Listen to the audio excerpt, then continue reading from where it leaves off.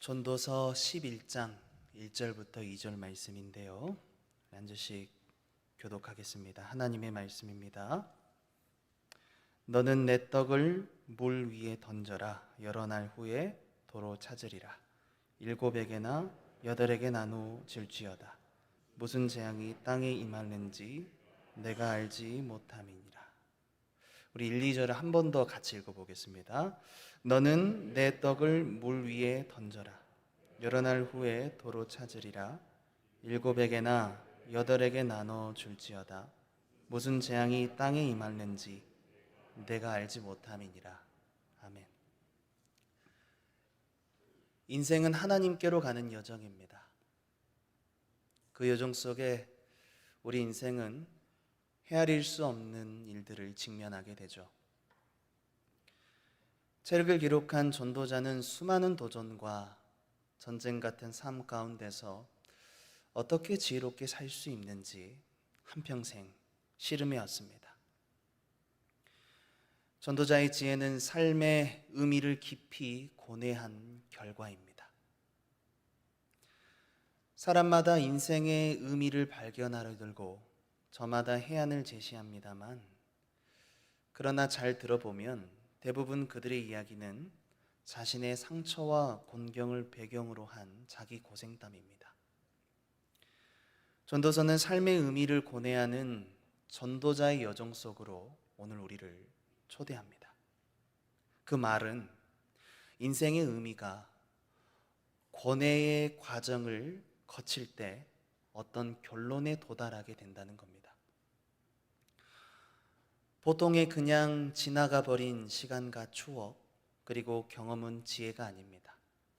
나이를 먹으면서 자연스럽게 깨닫게 되는 세상의 이치와 같은 것들은 퍼즐 조각과 같아서 죄와 타락 속에 엉망이 된 인간 삶의 일면을 조금 보게 할 뿐이죠. 전도자가 오랜 고뇌의 과정을 거쳐서 알게 된 인생의 의미는 무엇이었을까요? 알 수 없음, 그리고 허무함이었습니다. 이것은 잠언과 전도서가 구분되어지는 특징입니다. 잠언은 인생이 의미로 가득 차 있다고 말합니다. 반면 전도서는 인생의 어떤 영역을 고찰하든지 그것은 알 수 없다는 결론에 도달합니다. 쾌락, 사람의 크고 작은 가지각색의 계획들, 재물에 대해, 또 음악, 시간과 사람의 노동, 정의와 불의, 삶과 죽음, 관계와 교제, 정치와 권력 등 그의 인생 전반에 걸쳐 탐구해 보았지만 허무하다고 결론 짓습니다. 전도서를 읽으며 우리도 그와 같은 결론을 내려야 할까요? 인생은 허무한 거야. 다 때가 있는 거야. 알 수 없는 거야 라고 말하면 될까요? 전도자는 고뇌 그 다음 여정으로 우리를 인도합니다. 그 길은 인생의 의미를 인식하는 방법을 바꾸는 겁니다. 전도자가 인생의 의미를 헤아리려고 처음 선택했던 방법은 인간의 경험, 이성적 사고, 많은 지식을 바탕으로 한 통찰력이었습니다. 하지만 그건 어리석은 방법이었습니다. 사람의 자율적인 사고, 인간 중심적인 방법들은 오히려 사람이 살아가면서 겪게 되는 인생의 문제 앞에서 우리를 더 깊은 절망과 미궁 속으로 빠져들게 할 뿐이라는 이 사실을 전도자는 깨달았던 겁니다. 실제로 그런 일은 우리에게 비일비재합니다.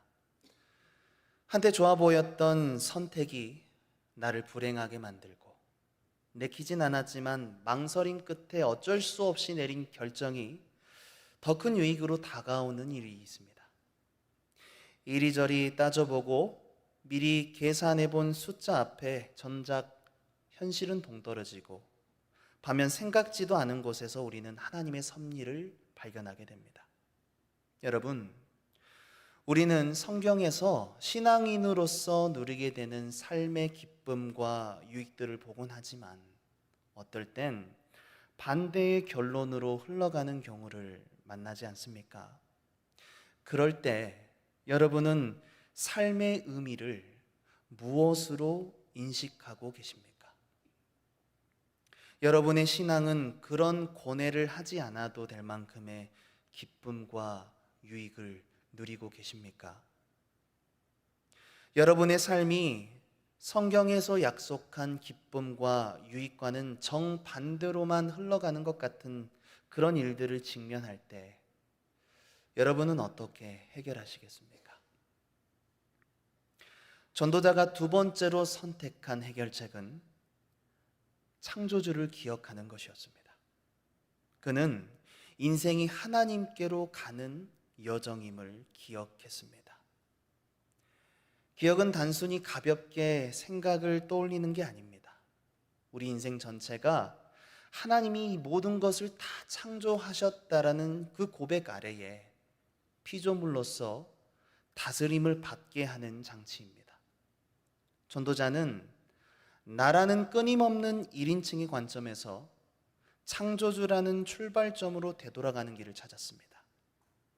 혹 이제 와서 엉망이 되어버린 어떤 삶일지라도 그 모든 것이 창조주의 질서 안에 있다는 것을 발견한다면 우리는 피조물에 불과해서 그분의 다스림을 받아야 한다는 걸 기억할 수 있다면 삶의 의미를 찾은 겁니다.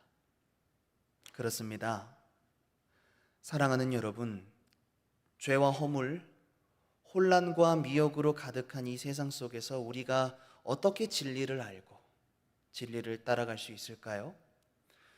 만일 저와 여러분이 전도자가 처음 선택했던 것처럼 우리 자신을 진리의 중심으로 삼는다면 진리는 우리를 피해갈 것입니다. 우리는 점점 더 절망의 늪에 빠져 허우적거리게 될 겁니다. 우리는 전도자가 겪었던 인간 중심적인 방법으로 깊은 절망과 파멸로 빠져들게 되는 일을 반복할 필요가 없습니다. 때가 악하니 세월을 아껴야 합니다. 오늘 본문에서 전도자는 하나님께로 가는 여정을 한 가지 모습으로 표현하고 있습니다. 여러분, 전도자가 오늘 우리에게 가르쳐주는 하나님께로 가는 여정의 모습은 무엇일까요? 그것은 떡을 물 위에 던지는 겁니다. 오늘 본문 1절 상반절입니다. 함께 읽습니다. 너는 내 떡을 물 위에 던져라. 여러분, 떡이 뭘까요? 주일에 먹었던 김경진 장로님이 주신 떡일까요? 이스라엘 백성은 주식인 밀과 보리로 이 떡을 주식으로 삼았습니다.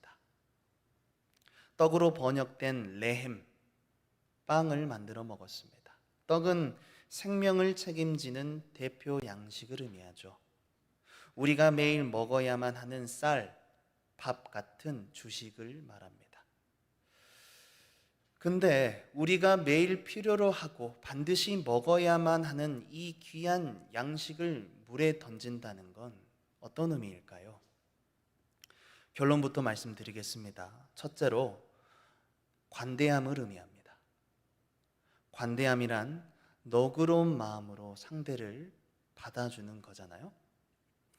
히브리어 성경을 아람어로 번역한 탈구메는 다음과 같이 기록이 되어 있는데, 화면이 준비되어 있으면 띄워주시고, 안 돼 있으면 제가 읽겠습니다.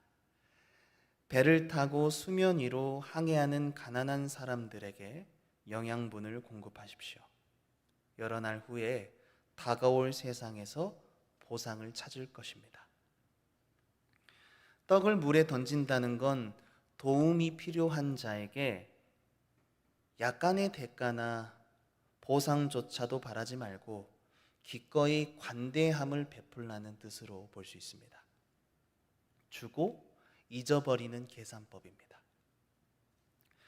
상식선에선 흐르는 물에 빵을 던지는 모습은 지각 없는 행동입니다. 빵은 물에 녹을 것이고 설령 그 물에서 빵을 건진다고 해도 그 빵이 누구에게 갔는지 알 수가 없습니다.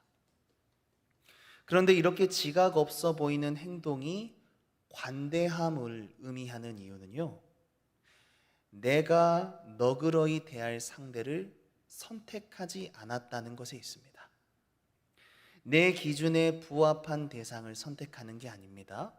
창조주이신 하나님의 기준에 부합한 대상입니다. 빵을 던지는 사람은 그저 통로일 뿐, 빵을 사용하시는 건 주인의 마음입니다. 만약 내 기준이라면 어떨까요? 선을 베풀 때 돌아온 대가를 생각하지 않을 수 없습니다. 그게 무엇이든 어떤 방법으로든 곧 내게로 돌아올 이득을 기대하게 합니다. 내가 이만큼 베풀었으니 적어도 이만큼은 나에게 돌아오겠지. 허나 그건 자신의 어항입니다. 자기 집 마당 앞에 고여있는 정원 연못일 뿐 하나님의 세계가 아닙니다. 자랑할 만하고 내세울 만하고 또 선을 베풀 때 자신의 세계와 영향력이 확장될수록 하나님의 자리를 대신하여 자신이 마음에 드는 사람에게 빵을 나누어 주는 신이 되는 겁니다. 여러분, 지구만큼 큰 원을 한번 그려보십시오. 그려보셨습니까? 하나님의 섭리 방법은 자신의 뜻대로 은혜 베풀 자에게 은혜를 베푸시며 긍휼히 여길 자를 긍휼히 여기시는 것입니다. 그리스도께 붙들린 사람들은 자신의 기준을 버린 자들입니다. 예수 그리스도의 사람들은 자신이 원해서 이와 같은 일들을 하되 그 방식은 하나님의 방법대로 자유로이 행동합니다. 던지다라는 단어가 가진 의미가 그렇습니다. 어쩔 수 없이 빵을 던지는 게 아니고요, 힘을 사용해서 빵을 던지는 겁니다. 어떻게 그리할 수 있을까요? 그들은 하나님께로부터 대접을 받았습니다. 그리스도인은 하나님께로부터 대접받은 사람들입니다. 그들은 이 땅에 자신을 던지신 그리스도를 닮은 사람들입니다. 죄인에게 후대하신 그리스도를 닮아 대접받기 위한 삶에서 영혼을 대접하는 새로운 피조물이 된 것입니다. 그들의 마음속에 심겨진 예수님의 가르침은 이것입니다. 누가복음 6장 31절부터 36절인데 좀 길지만 함께 읽어보겠습니다. 남에게 대접을 받고자 하는 대로 너희도 남을 대접하라. 너희가 만일 너희를 사랑하는 자만을 사랑하면 칭찬받을 것이 무엇이냐? 죄인들도 사랑하는 자는 사랑하느니라. 너희가 만일 선대하는 자만을 선대하면 칭찬받을 것이 무엇이냐? 죄인들도 이렇게 하느니라. 너희가 받기를 바라고 사람들에게 구워주면 칭찬받을 것이 무엇이냐? 죄인들도 그만큼 받고자 하여 죄인에게 구워주느니라. 오직 너희는 원수를 사랑하고 선대하며 아무것도 바라지 말고 구워주라. 그리하면 너희 상이 클 것이요 또 지극히 높으신 이의 아들이 되리니 그는 은혜를 모르는 자와 악한 자에게도 인자하시니라. 너희 아버지의 자비로우심 같이 너희도 자비로운 자가 되라. 사랑하는 여러분, 하나님은 우리에게 그리스도를 던지셨습니다. 우리를 죄에서 자유롭게 하시려고, 주의 영광을 보게 하시려고 그리스도를 보내셨습니다. 빵을 던졌다라는 이 단어가 누가복음 4장 18절에 예수님을 보냈다라는 말로 번역되었는데요. 누가복음 4장 18절 19절도 같이 읽겠습니다. 주의 성령이 내게 임하셨느니 이는 가난한 자에게 복음을 전하게 하시려고 내게 기름을 부으시고 나를 보내사 포로된 자에게 자유를, 눈먼 자에게 다시 보게 함을 전파하며 눌린 자를 자유롭게 하고 주의 은혜의 해를 전파하게 하려 하심이라 하였더라. 떡을 물 위에 던지는 것, 그게 바로 하나님께 가는 여정입니다. 사랑하는 여러분, 구약시대 사람들은 그리스도를 온전히 보지 못했지만 이 전도자의 지혜를 따라갔습니다. 그러나 오늘 우리는 명확하게 그리스도를 봅니다. 우리는 그리스도로 인해 우리의 삶의 의미를 발견합니다. 그러므로 더욱이 그리스도로 인해 완전해진 이 전도자의 지혜를 우리는 더욱이 따라야 하는 것입니다. 전도서의 지혜가 우리에게 필요합니다. 하나님 나라가 완성되기 전까지는 우리 삶에 계속되는 고난과 역경이 존재하기 때문입니다. 전도자는 왜 물 위에 떡을 던지라고 했을까요? 도로 찾게 되기 때문이죠. 우리 1절 말씀을 다시 읽어보겠습니다. 너는 내 떡을 물 위에 던져라. 여러 날 후에 도로 찾으리라. 귀한 양식을 물에 던진다는 두 번째 의미는요, 불확실한 미래에 투자하라는 뜻입니다. 우리 함께 고백해 보겠습니다. 불확실한 미래에 투자하라. 보통 사람이라면 대부분은 안전해 보이고 보장된 미래에 투자하려 들 것입니다. 그러나 여러분, 신앙은 모험입니다. 손실의 위험을 무릅쓰고 빵을 하나님 나라에 투자할 때 반드시 보상이 따라올 것이라고 말씀합니다. 여러분, 여러분의 가족 중에 한 사람이 불확실한 미래에 투자하는 모습을 지켜본다면 어떡하시겠습니까? 손실의 위험을 무릅쓰고 계속해서 투자하고 있는 모습을 본다면 여러분, 뜯어 말려야 되지 않겠습니까? 그런데 불확실한 미래의 투자와는 비교할 수 없는 더 큰 문제가 있다는 거예요. 그것은 인간 삶의 불확실성입니다. 2절 말씀입니다. 우리 같이 읽겠습니다. 7에게나 8에게 나눠줄지어다. 무슨 재앙이 땅에 임할는지 내가 알지 못함이니라. 사람이 불확실한 미래에 투자해야 하는 이유는 현재 우리 인간의 삶이 더 가장 불확실하기 때문입니다. 무슨 재앙이 우리에게 임할지 아무도 예측할 수 없고 사람은 그 재앙을 대비할 수 없습니다. 보이지 않는 하나님의 나라에 투자할 수 있는 것, 하나님이 허락하신 생명의 날과 베풀 수 있는 힘이 있을 때 가능한 것입니다. 우리가 힘이 붙이도록 나누어 주어도 괜찮은 이유는 불확실한 우리의 삶이 가장 확실한 것으로 보상받는 날이 오기 때문입니다. 갈라디아서 6장 8절에서는 우리가 영생을 위하여 성령을 위하여 심는 자는 영생을 거둘 것이라고 말씀하고 있습니다. 갈라디아서 6장 8절부터 10절을 같이 읽겠습니다. 자기의 육체를 위하여 심는 자는 육체로부터 썩어질 것을 거두고 성령을 위하여 심는 자는 성령으로부터 영생을 거두리라. 우리가 선을 행하되 낙심하지 말지니 포기하지 아니하면 때가 이름에 거두리라. 그러므로 우리는 기회 있는 대로 모든 이에게 착한 일을 하되 더욱 믿음의 가정들에게 할지니라.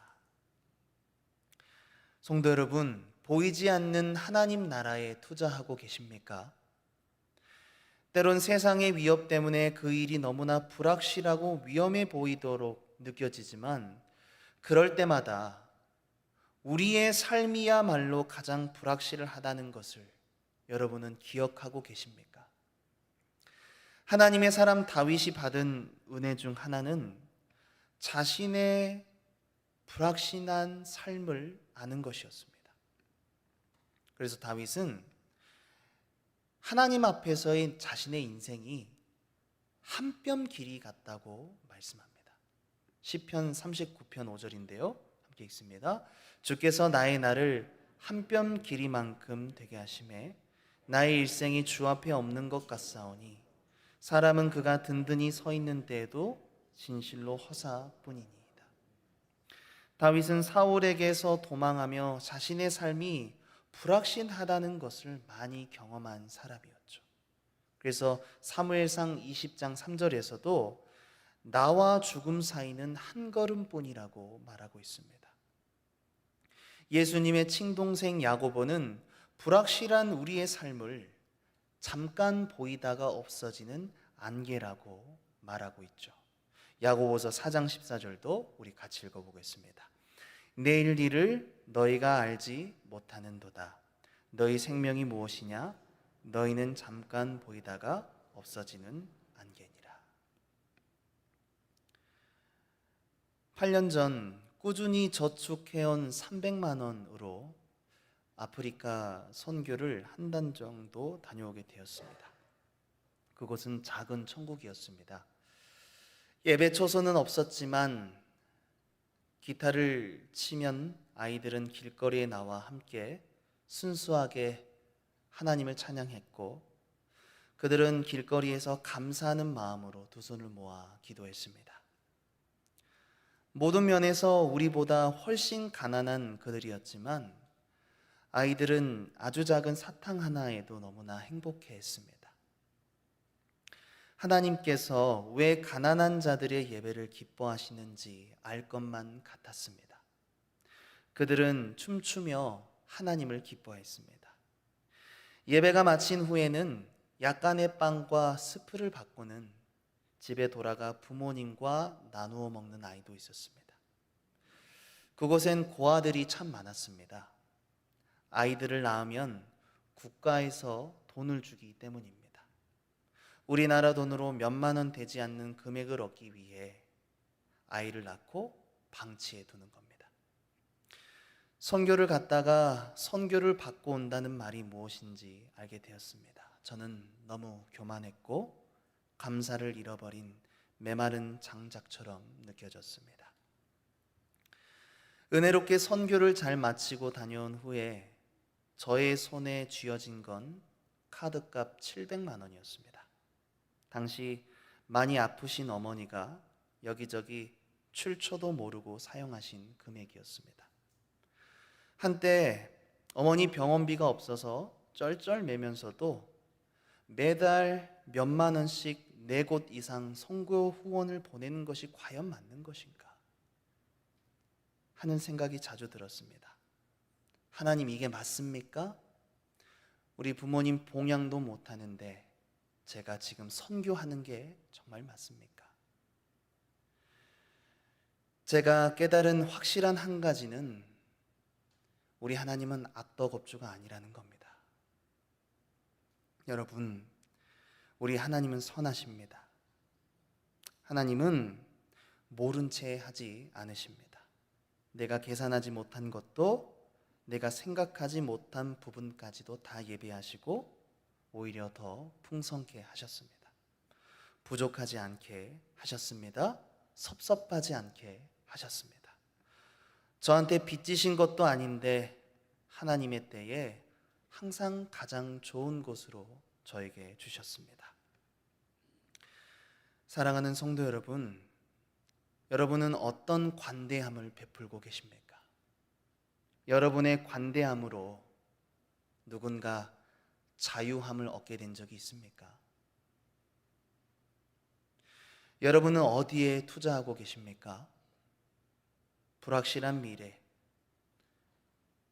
보이진 않지만 우리에게 약속된 하나님 나라에 투자하고 계십니까? 구원을 위해 우리에게 필요한 건 이 땅의 삶의 향상이 아니라 새로운 생명으로 대체된 삶입니다. 우리 예수님은 자기 목숨을 얻는 자는 잃을 것이고 나를 위하여 자기 목숨을 잃는 자는 얻는다고 말씀하셨죠. 마태복음 10장 39절입니다. 함께 읽습니다. 자기 목숨을 얻는 자는 잃을 것이요 나를 위하여 자기 목숨을 잃는 자는 얻으리라. 자신의 뜻을 중요시 여기게 되는 사람은 결국 구원 얻지 못합니다. 자기 목숨을 잃게 될 것입니다. 탐심으로 가득 찬 자기 우상은 내 욕심을 최고로 삼기 때문에 결코 자신의 목숨을 버릴 수 없습니다. 그 사람은 물 위에 떡을 던질 수 없습니다. 내 생존을 기준점으로 삼아서는 예수님이 약속하신 영생을 얻을 수 없습니다. 인간의 삶은 내 계획을 포기하고 하나님의 인식 방법으로 대체될 때, 다른 의지하던 것과 세상 지혜를 모두 버리게 될 때 진정으로 주님을 따르는 것이 무엇인지 인식하게 됩니다. 사랑하는 여러분, 여러분 자신을 하나님의 섭리의 바다에 던지십시오. 우리의 삶이 하나님께로 가는 여정이 맞다면 하나님의 섭리에 나를 던지는 것보다 더 확실한 길은 없습니다. 그분의 섭리에 나를 맡겨도 험난한 인생일 겁니다. 쉽지 않을 겁니다. 죄와 세상과 마귀와 악전고투하며 우리는 여전히 현실을 살아가야 할 겁니다. 그러나 하나님의 섭리의 바다에 나를 던지는 사람은 반드시 가장 나다운 자신을 도로 찾게 될 것입니다. 이런 은혜가 우리 모두에게 있기를 예수님의 이름으로 소망합니다.